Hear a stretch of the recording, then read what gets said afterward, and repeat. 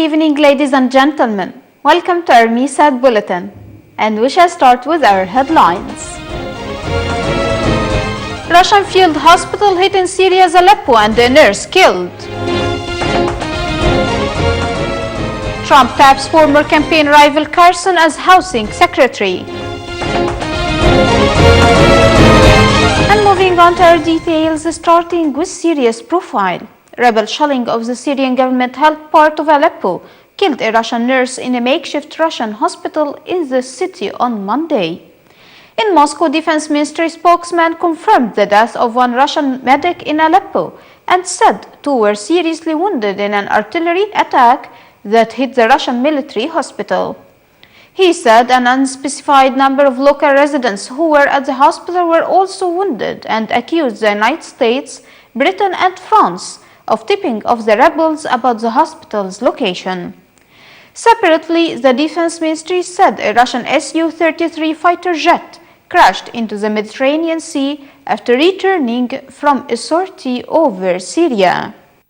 Additionally, rebel fighters clashed with advancing troops and also lobbed mortars and shells into the Syrian government-controlled part of Aleppo to the west.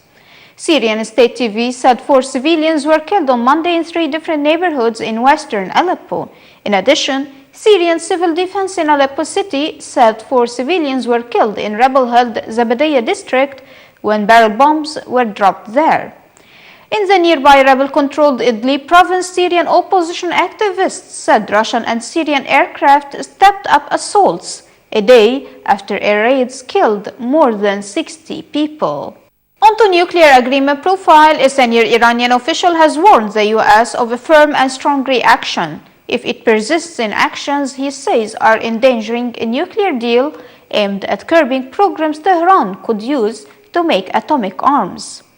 Iranian nuclear chief Ali Akbar Salehi is alluding to a bill before President Barack Obama that would extend U.S. sanctions by 10 years.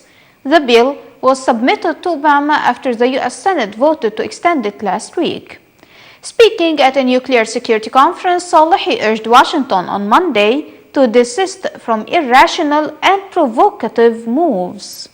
In relation to the context, the foreign ministers of China and Iran on Monday urged governments not to violate the deal that limits Iran's nuclear activity in exchange for the lifting of sanctions. Iranian Foreign Minister Mohammad Javad Zarif said during a visit to Beijing that the 7 nations who agreed to the deal in July 2015 have the obligation to fully implement it.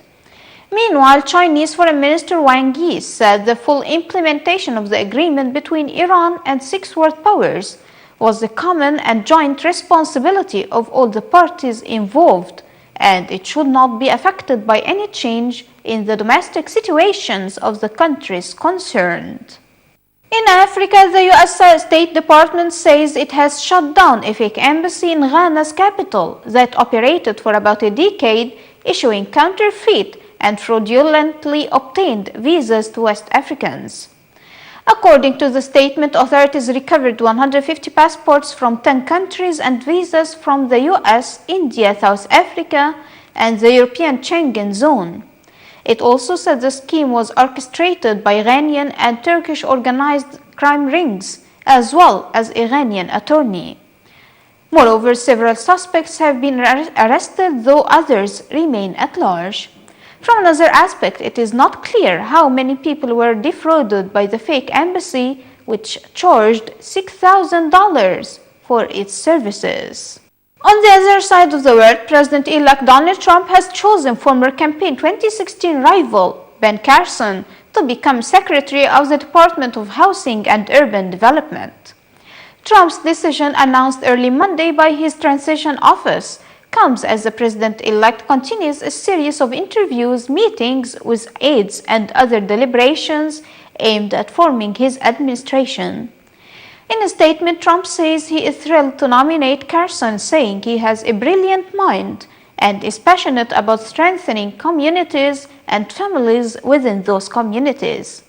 Trump added, "Ben shares my optimism about the future of our country and is part of ensuring that this is a presidency representing all Americans." In London, Britain's Supreme Court began hearing a landmark case on Monday that will decide who has the power to trigger the UK's exit from the European Union. The court's most senior justice, David Neuberger, and 10 other justices at the country's top court must decide whether Prime Minister Theresa May's government can invoke Article 50 of the EU's key treaty without the approval of lawmakers. Neuberger opened the four-day hearing by condemning the threats of serious violence and unpleasant abuse directed at a financial entrepreneur who, with another claimant, went to court to argue that leaving the EU would remove some of their rights. On to Rome, Italian voters dealt Premier Matteo Renzi a resounding rebuke early Monday by rejecting his proposed constitutional reforms.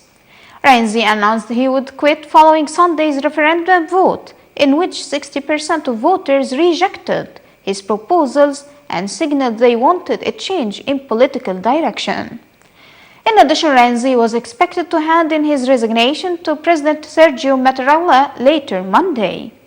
From another aspect, the Milan Stock Exchange opened down 2%, with many bank shares suspended due to excessive volatility, before returning to positive territory.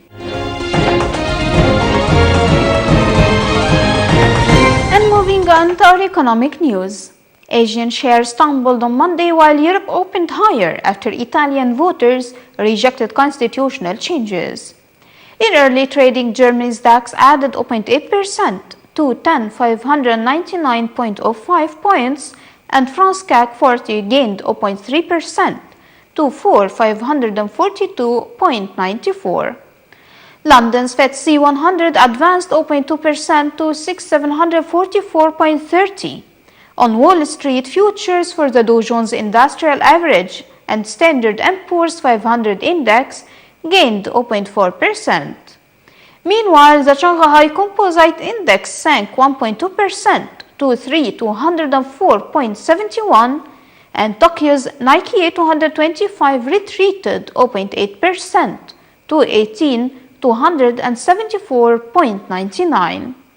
From another aspect, Italian voters rejected proposed constitutional changes, which Premier Matteo Renzi had said were necessary to rejuvenate the economy.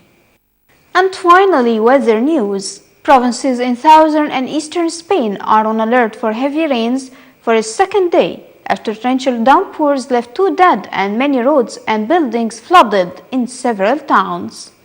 The regional government of Andalusia said a 26-year-old woman drowned on Sunday in southern Estepona town when rain flooded the premises she was in. In addition, a man died in the southwestern town of La Linea when his car was swept away in a flood. Moreover, firefighters responded to 1,000 calls, about 800 of them in the Malaga province area. In addition to schools in 5 towns suspended classes as rains continued on Monday across southern and eastern Spain. And before ending our news, let's take another look at the most important headlines for today. Russian field hospital hit in Syria's Aleppo and a nurse killed. Trump taps former campaign rival Carson as housing secretary. And we reached the end of our MESAT bulletin for today. Thank you for joining us and see you tomorrow in a new bulletin.